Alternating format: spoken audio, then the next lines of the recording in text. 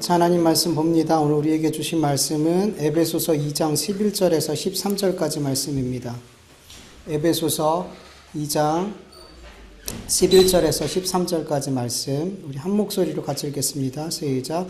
그러므로 생각하라. 너희는 그때의 육체로는 이방인이요 손으로 육체에 행한 할례를 받은 무리라 칭하는 자들로부터 할례를 받지 않은 무리라 칭함을 받은 자들이라.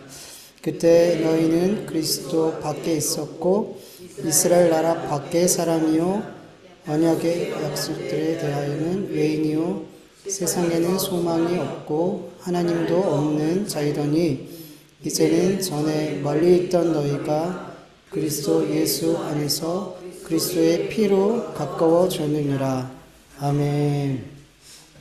오늘 본문 말씀 11절을 보면 바울은 에베소 성도들에게 생각해라. 그러므로 생각해라. 이렇게 말씀하고 있어요. 이 헬러 단어의 의미는 기억해라. 회상해라. 그러니까 너희들의 지난 날들에 대해서 기억해라. 이렇게 명령하고 있어요. 무엇을 기억하라는 거죠? 지금 11절, 12절을 보면은 에베소 성도들이 예수님을 믿기 전에 그들의 삶이, 그들의 상태가 어땠는지 그것을 생각해라 라고 말하고 있는 거죠. 현대인의 성경으로 한번 11절, 12절 읽어볼게요. 시작. 그러므로 여러분은 지난 날을 생각해 보십시오. 날 때부터 이방인이었던 여러분은 손으로는 포피를 잘라 할례를 행한 유대인들에게 할례 받지 못한 사람들이라고 멸시를 받았습니다.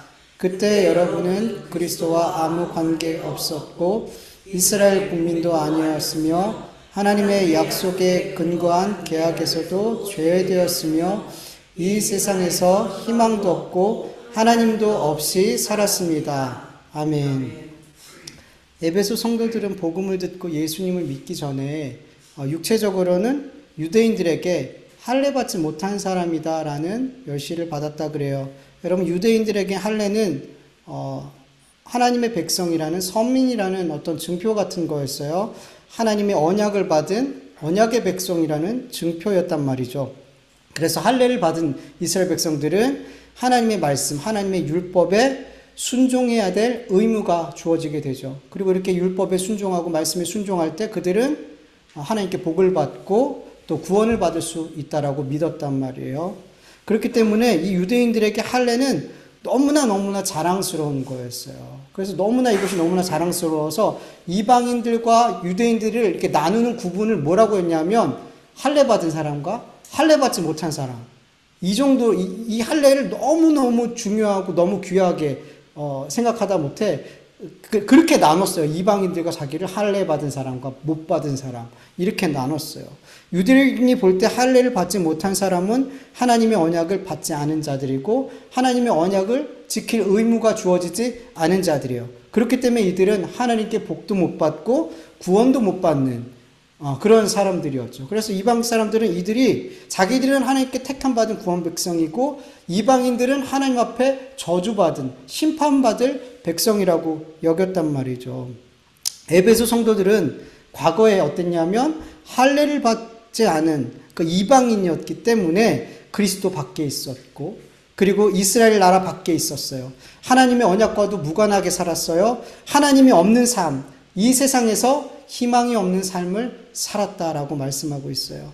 그런데 여러분, 바울은 이렇게 예수님 믿기 전에 예수님 믿기 전에 에베소 성도들이 어떤 삶을 살고 있었는지, 그들이 어떤 존재였었는지를 기억해라, 회상해라, 생각해라 라고 이야기하고 있어요.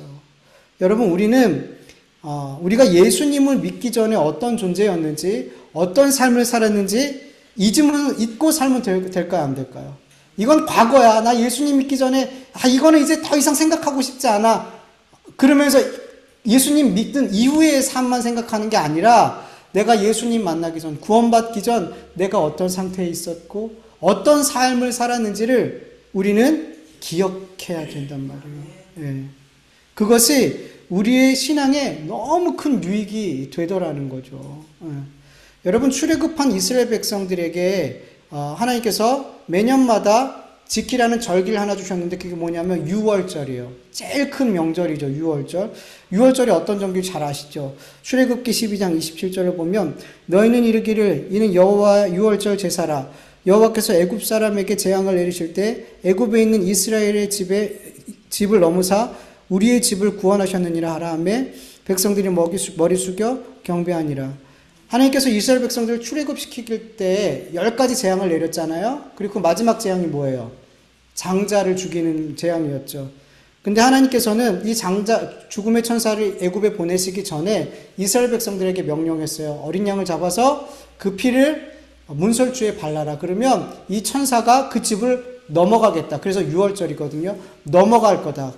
그래서 이스라엘 백성들이 그 말씀에 순종해서 어린 양의 피를 잡아 그 문설주에 다 발랐어요. 그러자 그 피를 본 천사는 그 집을 넘어갔어요. 그리고 그 피가 발라져 있지 않은 애굽 사람들 집에 다 들어가서 짐승이든 사람이든 모든 장자들을 다 죽였어요. 그래서 애굽의 가정마다 죽지 않은 사람들이 한 명도 없었대요. 바로 애굽의 왕 그 장자도 이때 죽음을 당하게 되죠. 그래서 비로소 9번째 재앙까지 이스라엘 백성들을 보내지 않았던 바로가 자기 아들이 장자가 죽자 비로소 이스라엘 백성들을 보내주게 되었어요. 이 은혜, 애굽의 노예로 살던 이스라엘 백성들을 구원하여 출애굽시켜 주신 이 은혜를 잊지 말라고, 이 하나님의 은혜를, 이 구원을 잊지 말라고 매년마다 이 유월절을 지켜라라고 명령하신 거예요. 여러분, 하나님께서 만약에 유월절을 주시지 않았다면 이들은 금방 이 은혜를 까먹어요. 여러분, 죄인된 우리는 하나님이 은혜를 주시면 그 은혜를 금방 까먹어요. 너무 금방 까먹어요.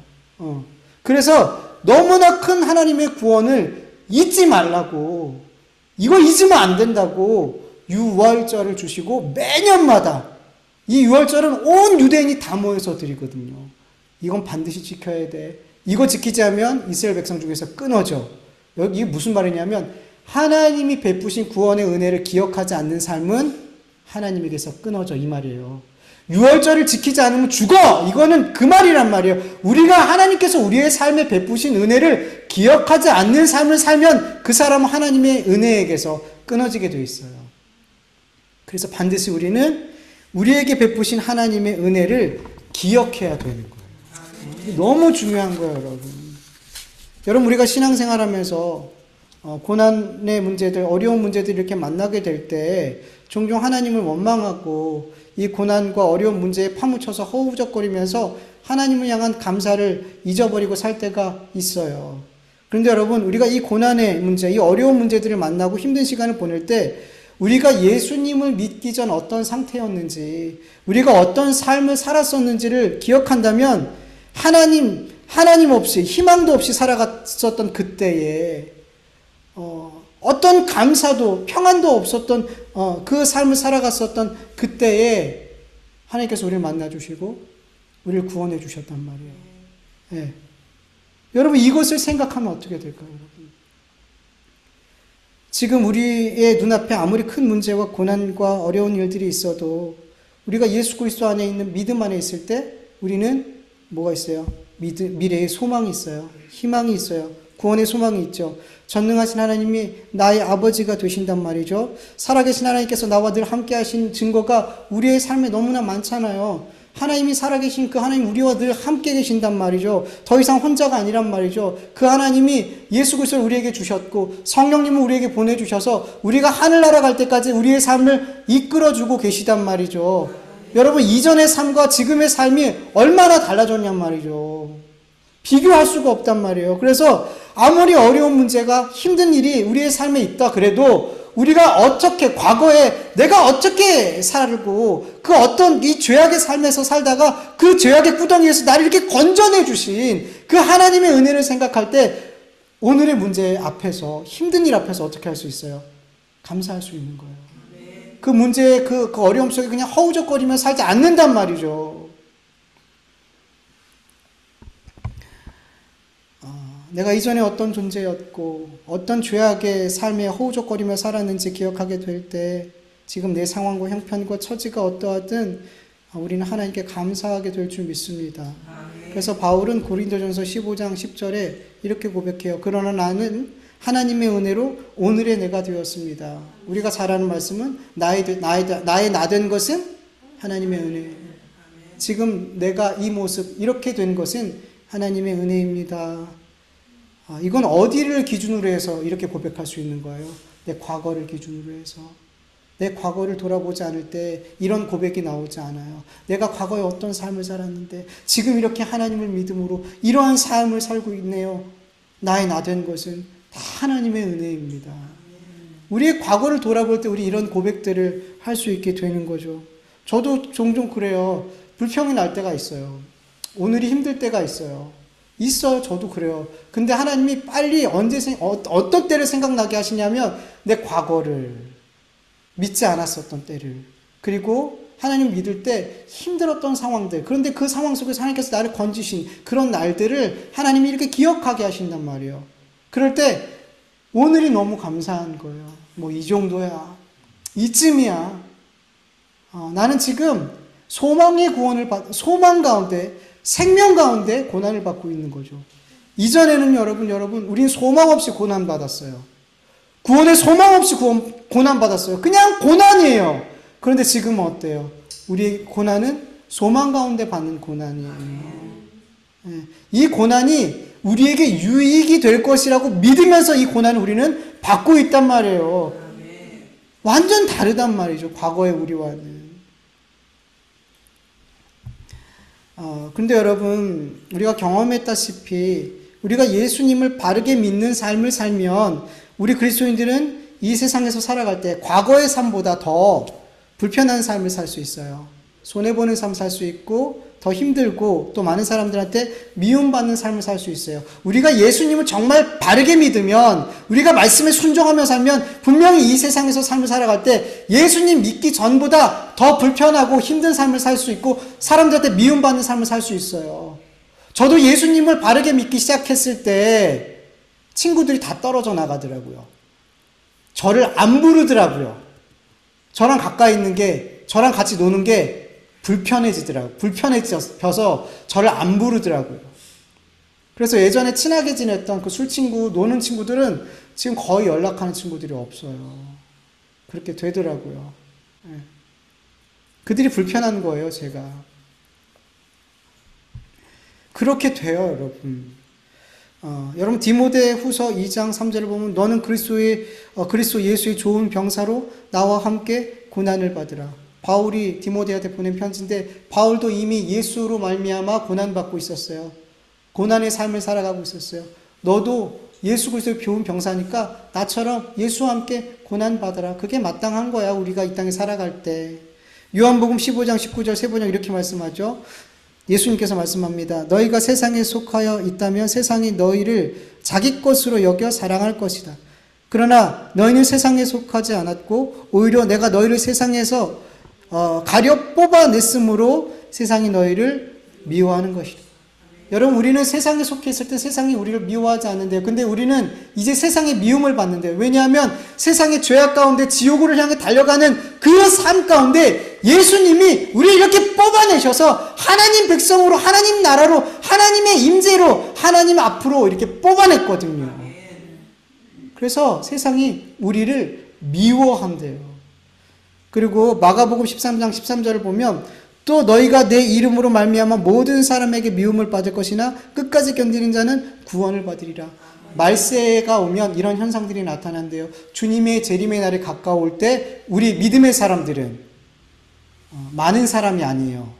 모든 사람에게, 하나님을 믿지 않는 모든 사람에게, 내가 좋은 사람이냐 나쁜 사람이냐 관계가 없어요. 내가 예수님을 믿는 것만으로 모든 사람에게 미움을 받는데요. 주님의 날이 가까이 올수록.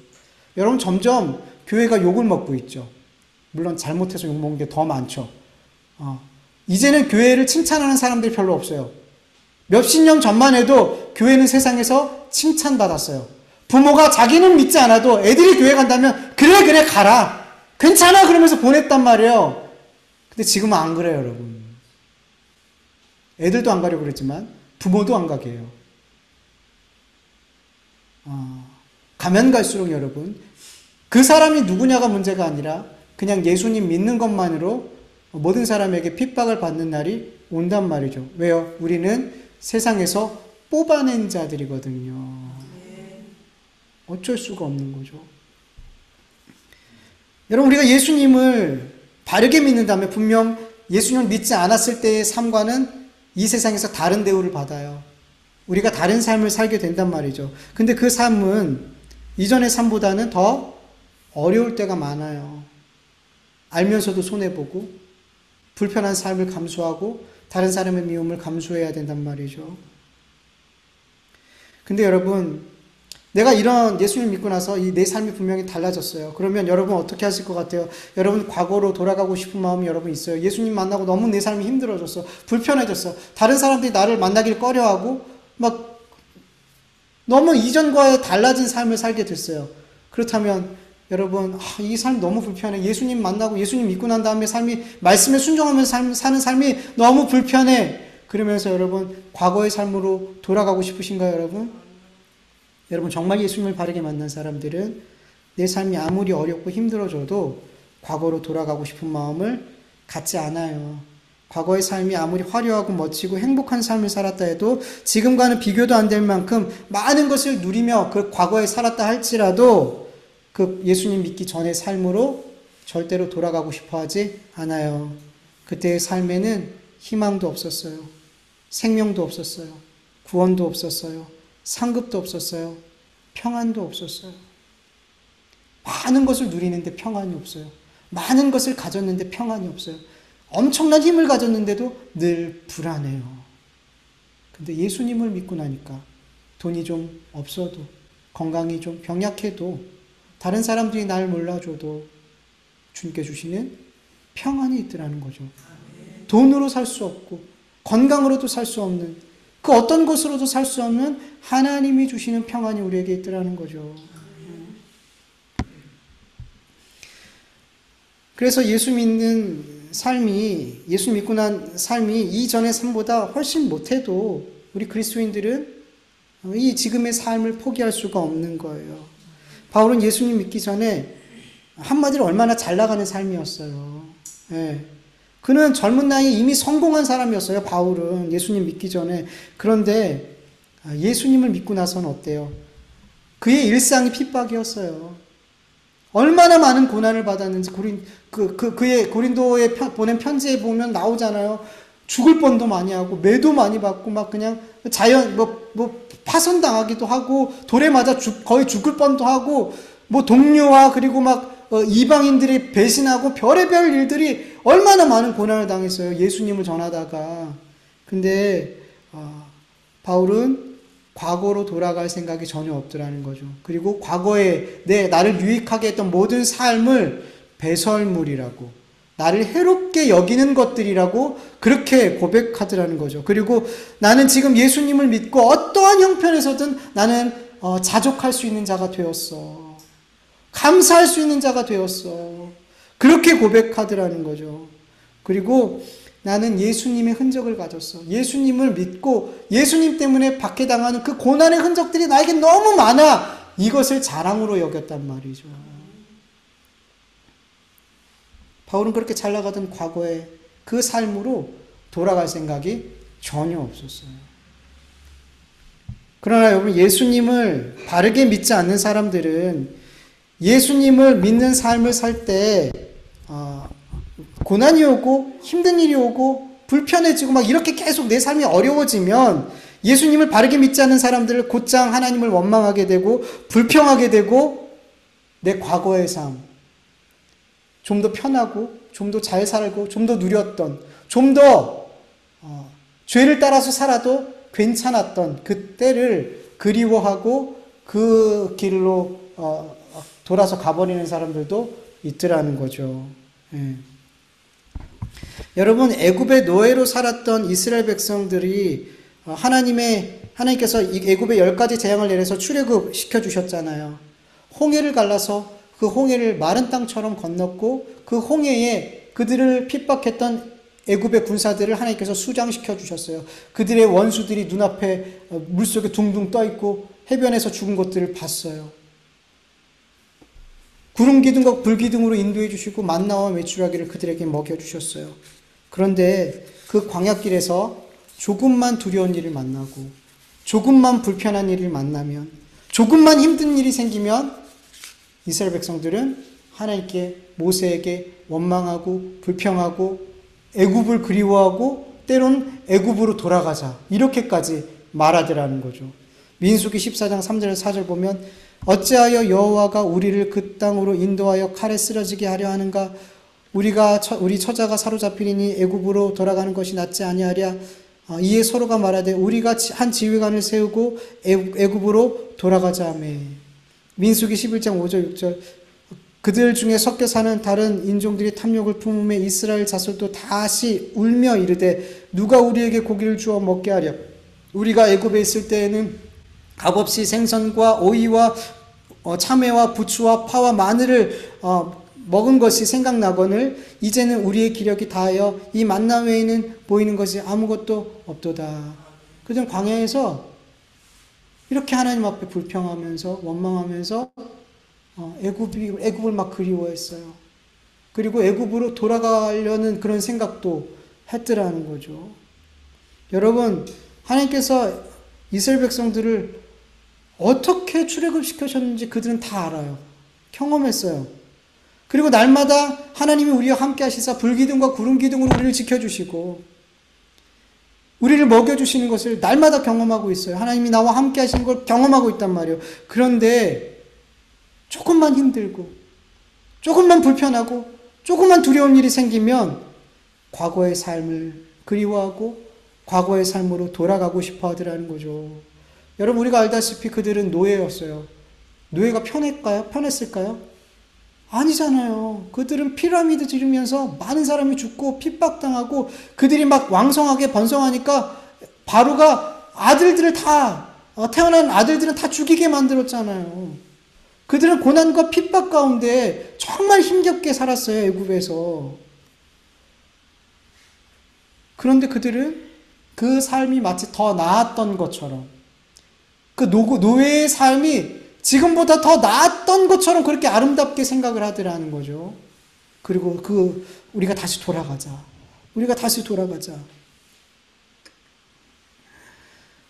여러분, 이렇게 하나님을 바르게 믿지 않으면 그 사람은 과거의 삶이 괜찮았든 괜찮지 않았든 여러분 그 과거로 돌아가고 싶어 하더라는 거죠. 네. 그렇게 자기가 어떻게 구원받았는지를 잊은 이스라엘 백성들 1세대들은 결국 어떻게 됐어요? 광야에서 다 죽었어요. 그렇게 늘 애굽을 그리워하며 과거를 생각하면서 살았던 출애굽 1세들은 가나안 땅에 못 들어가고 2세들이 들어갔어요. 1세대들은 가나안에서 죽었어요. 여러분, 예수님을 바르게 믿으면 과거의 삶이 어떠하든 그 삶으로 돌아가려 하지 않아요. 과거의 삶이 어떠하든 그 삶은 여러분 결국 애굽의 노예 생활이잖아요. 마귀의 노예 생활이잖아요. 마귀에게 구속된 삶이잖아요. 여러분, 그 삶에는 하나님이 없었잖아요. 예수 그리스도가 없었잖아요. 성령님이 없었잖아요. 구원과 생명과 자유와 희망과 이런 게 하나도 없단 말이에요. 그냥 지옥을 향해서 달려가는 삶이라는 거죠. 이 과거의 삶과 지금 성령님을 통해 예수 그리스도를 믿고 하나님의 자녀가 돼서 천국을 향해 달려가는 이 복된 삶과 어떻게 비교할 수가 있냐 말이죠. 비교할 수가 없는 거예요. 네. 그래서 여러분, 성경 우리에게 말씀하는 거예요. 생각해라. 네가 과거에 예수 그리스도를 만나고 구원받기 전에 네가 어떤 상태였으며 어떤 삶을 살았는지를 기억해라. 우리가 늘 과거를 기억할 때, 내가 어떤 존재였는지를 기억할 때, 여러분, 오늘 내 삶에 여러 가지 어려운 일들과 힘든 일들, 문제들 만날 수 있겠죠. 그런데 우리가 그 과거를, 이 고난 속에서 그 과거를 생각할 때, 여러분, 오늘 이 문제들 앞에 우리는 어떻게 할 수 있어요?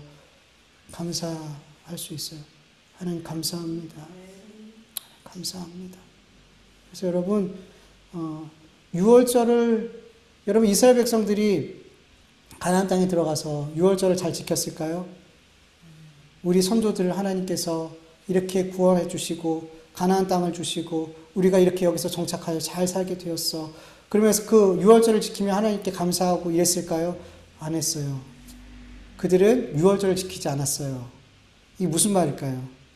그들은 하나님의 은혜를 기억하지 않고 잊고 살았더라는 거죠. 그러니까 어떻게 해요? 계속 우상 섬기고 하나님 앞에 심판받고 매맞고 이방인들에게 핍박당하고 공격당하고 나라를 빼앗길 뻔도 하고 막 이런 어려움의 연속이 되더라는 거죠. 하나님의 은혜를 잊어버리면 여러분 우리에게 유익하지 않아요.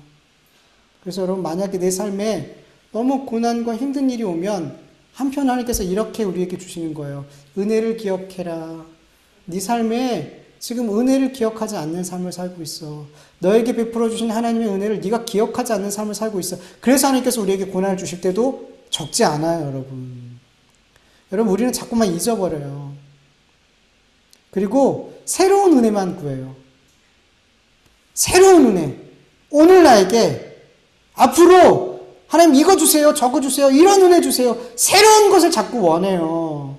근데 여러분 과거에 나에게 은혜 베푸신 그 은혜를 기억하지 못한 자에게 새로운 은혜를 받으면 그 은혜도 어떻게 돼요? 잊혀져 버리는 거예요. 잊혀져 버리는 거예요. 그래서 여러분 우리는 오늘의 새로운 은혜를 구하기보다 과거에 나에게 베풀어 주신 은혜, 그 은혜를 기억하면서 감사하는 게 중요해요. 그럴 때 여러분 우리에게 하나님께서 새로운 은혜를 부어주시게 될 줄 믿습니다. 그게 순서예요, 여러분. 그게 순서예요. 과거는 계속 그 은혜를 잃어버리고 오늘 새로운 은혜를 주세요.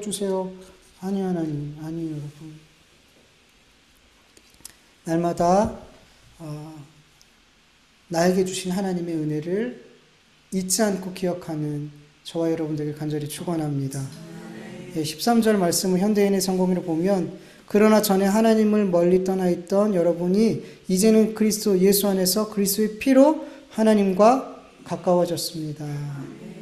가까워졌다는 건 뭐냐면 하나님과 사귈 수 있게 되었다.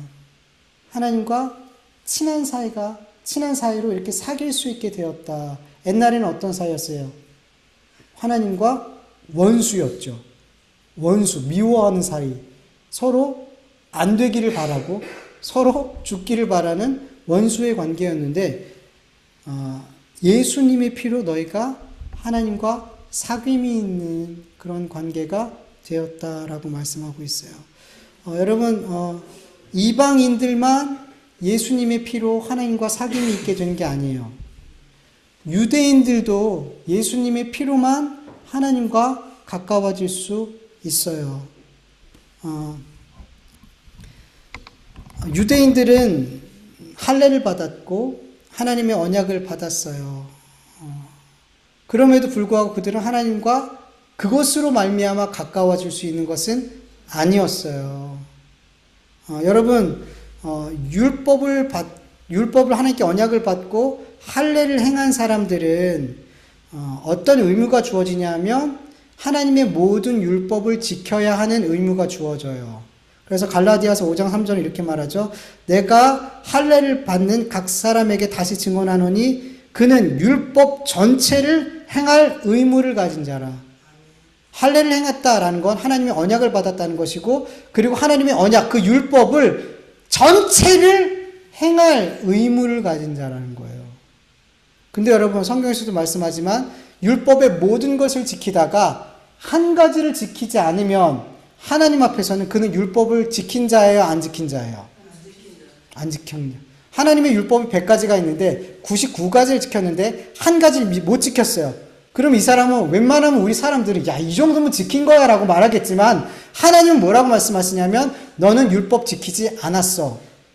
하나님은 온전하신 하나님이시기 때문에, 완전하신 하나님이기 때문에 하나님 앞에 율법을 지켰다라고 말하려면 그는 율법을 완전하게 지켜야 돼요. 근데 그럴 수 있는 사람이 있어요, 없어요? 없더라는 거죠. 없더라는 거죠. 그들은 하나님의 율법을 다 지키지 못했어요. 지킬 수 있는 것들만 부분적으로 지켜냈더라는 거죠. 그리고 겉으로는 지킨 것 같았지만 마음으로는 지킬 수 없었어요. 이웃을 사랑해야 돼요. 그런데 겉으로는 긍휼을 베풀고 막 사랑하는 척해요. 그런데 속으로는 사랑하지 않았어요. 하나님을 입술로는 사랑한다 그러지만 성경은 뭐라 그래요? 너희가 마음으로는 내게서 멀도다. 너희는 나를 사랑하지 않아. 그러니까 겉으로는 막 하나님의 율법을 지키는 것 같았는데 그 속으로는 계속 범죄하고 있더라는 거죠. 로마서 2장 23절, 25절 현대인의 성경을 보면 율법을 자랑하는 여러분이 율법을 어겨 하나님을 욕되게 하다니 말이나 됩니까? 그것은 성경에 하나님의 이름이 너희 때문에 이방인들 가운데 모욕을 당한다라고 기록된 말씀과 같습니다. 여러분은 율법을 지키면 여러분 율법을 지키면 할례가 가치가 있으나 율법을 어기면 할례 받지 않은 것처럼 되고 맙니다. 아멘. 유대인들이 할례를 행했어요. 율법을 지켜야 될 의무를 갖게 됐어요. 그런데 그들이 그 율법을 지키지 못할 때 그 할례는 뭐가 돼요? 효과가 없더라는 거죠. 무할례자나 이방인이나 그들이나 율법을 지키지 않으면 똑같다 안 똑같다? 똑같아 버려진다는 거죠. 그래서 유대인들이 할례를 행하고 우리는 하나님의 백성입니다. 우리는 율법을 소유했습니다. 이것으로 하나님과 가까워질 수가 없더라는 거죠. 그래서 결국엔 유대인들도 무엇으로 하나님과 가까워질 수 있어요? 예수님의 피로만. 그래서 이방인이나 예수님을 율법을 받은 할례를 받은 유대인이나 모든 사람이 예수님의 피로만 하나님과 사귈 수 있어요. 하나님과의 관계가 회복이 되어질 수 있더라는 거죠. 여러분 유대인들이 이 할례가 가치가 없게 된 것은 그들이 육체의 할례만 받고 마음의 할례를 받지 못했기 때문이에요. 그들이 마음의 할례를 받았다면 그들은 하나님과 가까워졌을 거예요. 그런데 그들은 육체의 할례는 받았지만 마음의 할례를 받지 못했어요. 여러분 그래서 성경은 계속해서 마음의 할례에 대해서 계속 강조하고 있는 거예요. 마음의 할례를 받을 때 유대인이나 이방인이나 그들은 하나님의 참 백성이 되는 거예요. 그들이 진짜 유대인이라는 거예요. 네. 로마서 2장 28절, 29절 현대인 성경을 같이 읽어볼게요. 시작. 유대인으로 태어났다고 해서 참 유대인이 아니며 육체의 할례를 받았다고 해서 참 할례가 아닙니다. 오히려 마음에 참된 변화를 받은 사람이라야 참 유대인이며 기록된 율법이 아닌 성령에 의한 마음의 할례가 진정한 할례입니다. 이런 사람은 칭찬을 사람에게서 받는 것이 아니라 하나님에게서 받습니다. 아멘. 여러분 신약에서만 이렇게 말씀하는 게 아니에요. 신약에서만 마음의 할례가 진짜 그게 진짜 할례다라고 말하는 게 아니라 이미 구약에서도 마음의 할례가 진짜 할례라고 말하고 있어요. 신명기 10장 16절을 보면 그러므로 너희는 마음의 할례를 행하고 다시는 목을 곧게 하지 말아라. 예레미야서 9장 25절 26절 여호와의 말씀이라 보라 날이 이르면 할례 받은 자와 할례 받지 못한 자를 내가 다 벌하리니 곧 애굽과 유다와 에돔과 암몬 자손과 모압과 및 광야에 살면서 살짝을 깎은 자들이라. 무릇 모든 민족은 할례를 받지 못하였고 이스라엘은 마음의 할례를 받지 못하였느니라. 여러분 이방인들이 멸망하는 이유는 할례를 못 받았대요. 할례를 못 받았다는 건 뭐냐면 하나님을 안 믿는다는 거예요.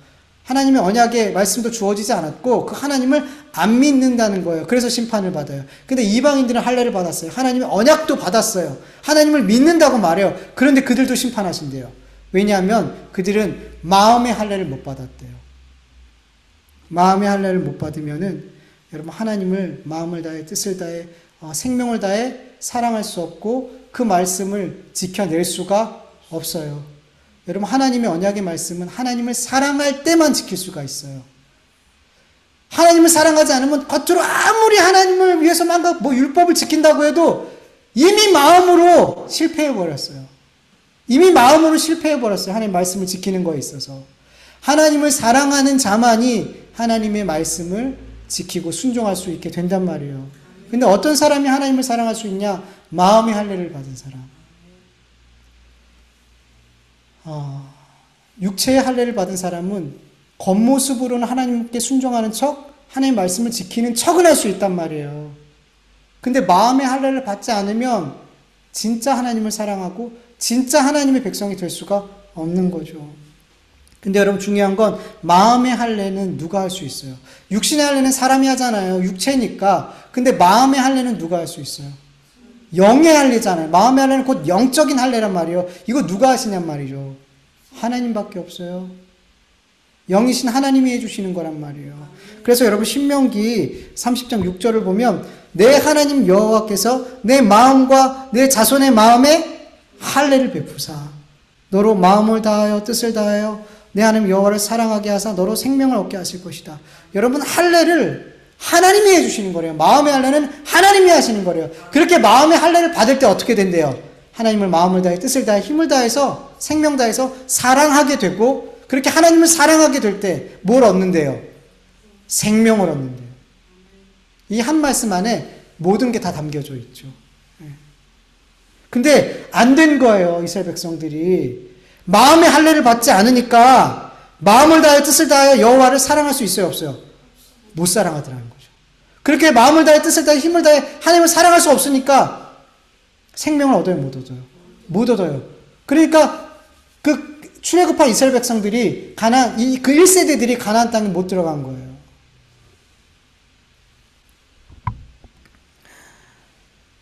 여러분, 마음의 할례를 받아야만 마음과 뜻과 목숨과 힘을 다해 생명 다해 하나님을 사랑하고 생명을 얻게 되는 줄 믿으시길 축원합니다. 그리고 신약 성경에서는 이 마음의 할례를 어떻게 우리가 받게 되는지 구체적으로 말씀하고 있는데, 그것이 뭐냐면 성령님을 통해서 예수 그리스도의 피를 우리의 죽은 심령에 부어주심으로 말미암아 우리의 영의 할례를 시켜주시는 거예요. 네. 중요한 것은 성령을 통해서 예수 그리스도의 피를 모든 사람의 심령에 부어주는 것은 아니라는 거예요. 아니라는 거예요. 베드로전서 1장 2절 같이 읽어볼게요. 시작.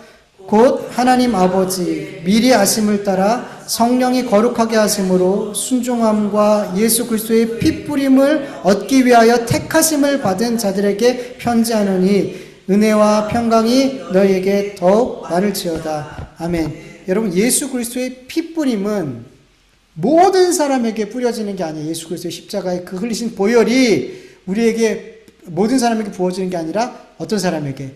택함을 받은 자에게. 예수 그리스도 안에서 창세전 하나님이 그 기쁘신 뜻대로 하나님의 자녀로 택함 받은 자들에게 예수님의 피뿌림이 임한다는 거예요.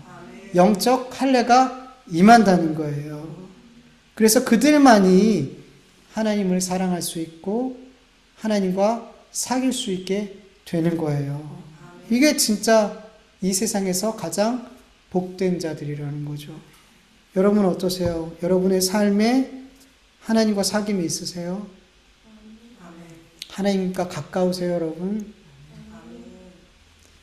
우리 안에 예수 그리스도의 핏뿌림이 있는 자들만 하나님과 사귈 수 있어요. 우리가 지금 하나님과 사귐이 있다는 것을 우리가 어떻게 확인할 수 있을까요?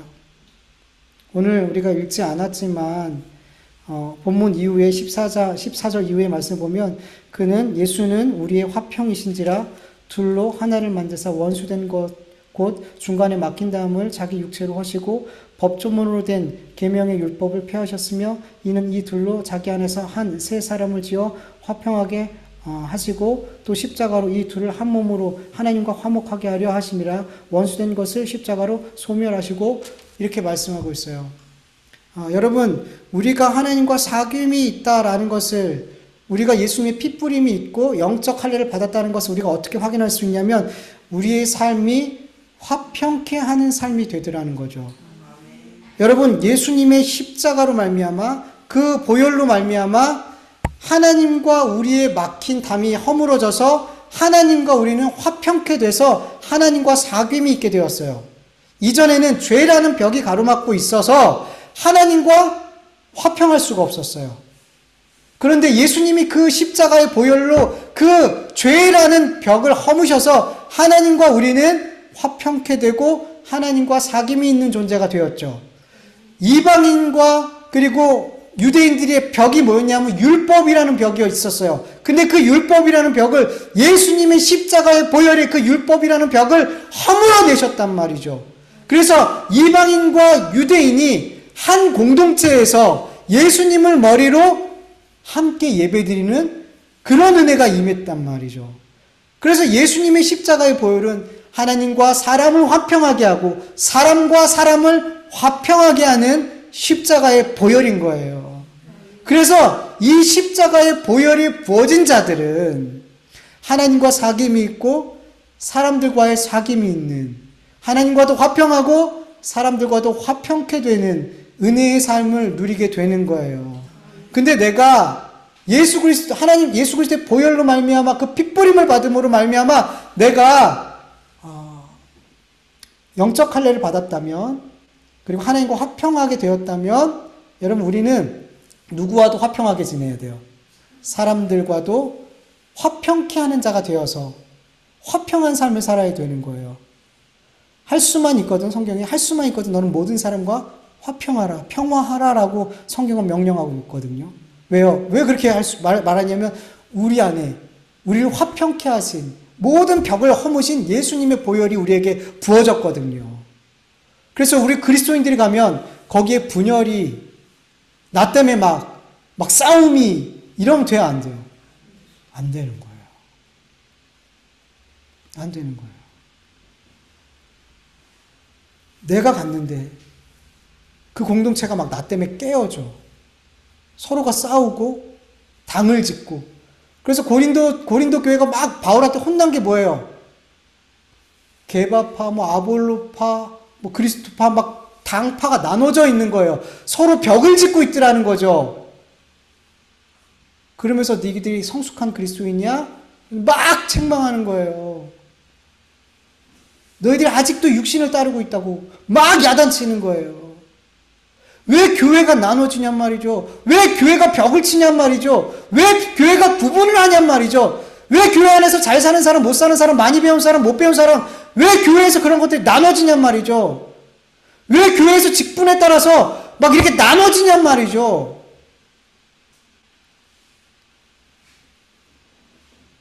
아직도 육을 따르고 있기 때문이죠. 예수 그리스도의 보혈이 부어지지 않은 거예요, 여러분. 여러분, 교회가 교회됨의 중요한 모습은 뭐냐면 화평한 거예요. 교회가 맨날 싸우는 교회들 있죠. 예수 그리스도의 핏부림이 없는 거예요, 여러분. 세상에서도 그렇게 하지 않는데 교회에서 얼마나 그렇게 분열과 정치라는 것, 정치인들도 아니고 왜 이렇게 교회가 그렇게 싸우고 치고받고 싸우냐 말이죠.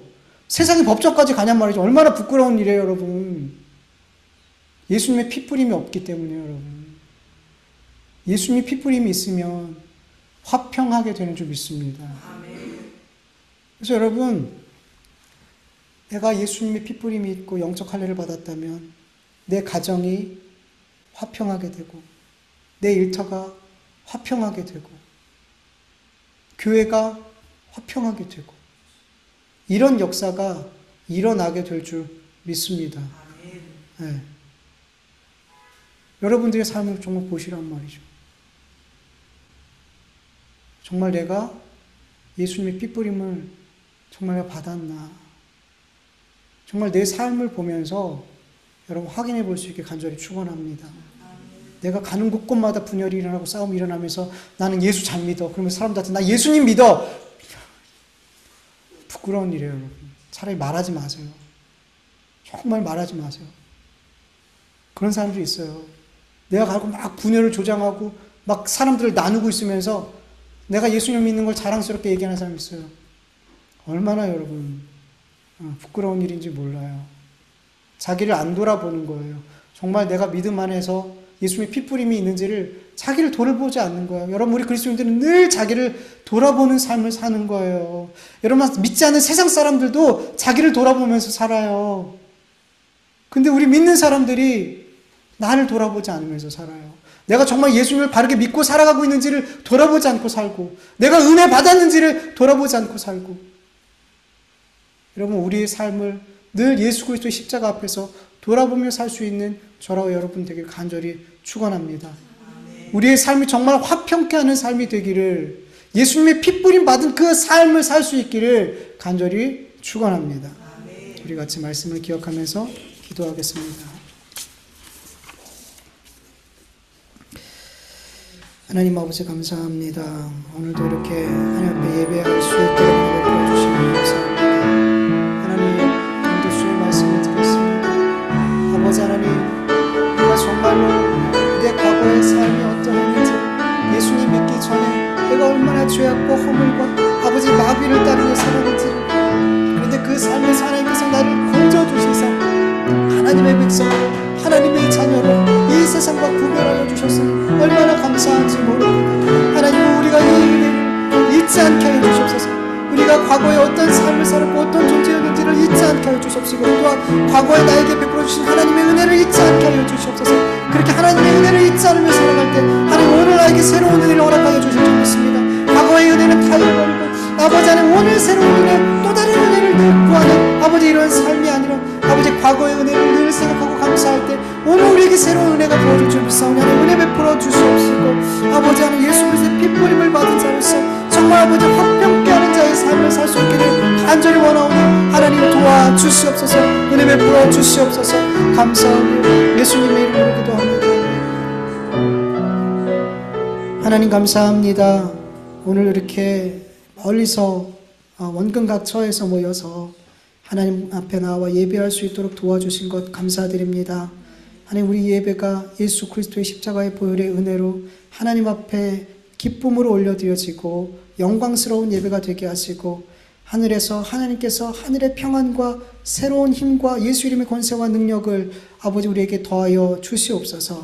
하나님, 오늘도 귀한 말씀을 들었사온데 하나님, 우리가 정말로 내가 예수님 믿기 전 죄악과 허물과 마귀를 따르며 지옥을 향해 달려갔던 그 삶을 우리가 잊지 않게 하여 주시옵소서. 아버지 하나님, 내가 과거에 어떠한 삶이며 어떤 존재였는지 그 삶에서 나를 구원하신 그 하나님의 은혜를 우리가 오늘도 감사할 수 있게 하여 주시옵시고, 또 과거에 나에게 베푸신 하나님의 은혜를 오늘도 기억할 수 있게 하여 주시옵소서. 날마다 새로운 은혜만 구하는 것이 아니라 우리가 정말 과거에 베푸신 하나님의 은혜를 기억하며 오늘을 감사할 때 하나님께서 오늘 우리에게 새로운 은혜를 베풀어 주실 줄 믿습니다. 하나님 도와주시옵소서. 하나님, 우리가 예수 그리스도의 보혈에 그 핏부림을 받은 자들이오니 하나님, 그 증거로 우리의 그 핏부림을 받은 증거의 삶이 우리에게 나타나게 하여 주시옵소서. 우리의 삶에 아버지 화평의 삶이 나타나게 하여 주시옵소서. 내가 가는 곳에 화평케 되는 역사가 나타나게 하여 주시옵소서. 하나님 아버지, 오늘도 귀한 예물 올려 드렸사오니 이 예물들이 하나님을 기쁘시게 해드리고 하나님의 은혜의 영광을 드러내는 아버지 놀라운 예물들이 되어줄 수 있도록 역사하여 주시옵소서. 이제는 우리 주 예수 그리스도의 은혜와 하나님의 다하심이 없는 사랑하심과 성령님의 인도하심과 교통하심과 충만하심이 나의 과거의 삶을 잊지 않고 오늘을 감사할 수 있는 그런 은혜의 감사함을 날마다 과거에 주신 은혜를 기억하며 살기를 원하는 하나님의 자녀들 머리 위에, 그 가정과 일터 위에, 교회 위에 이제로부터 영원토록 함께할지어다. 아멘.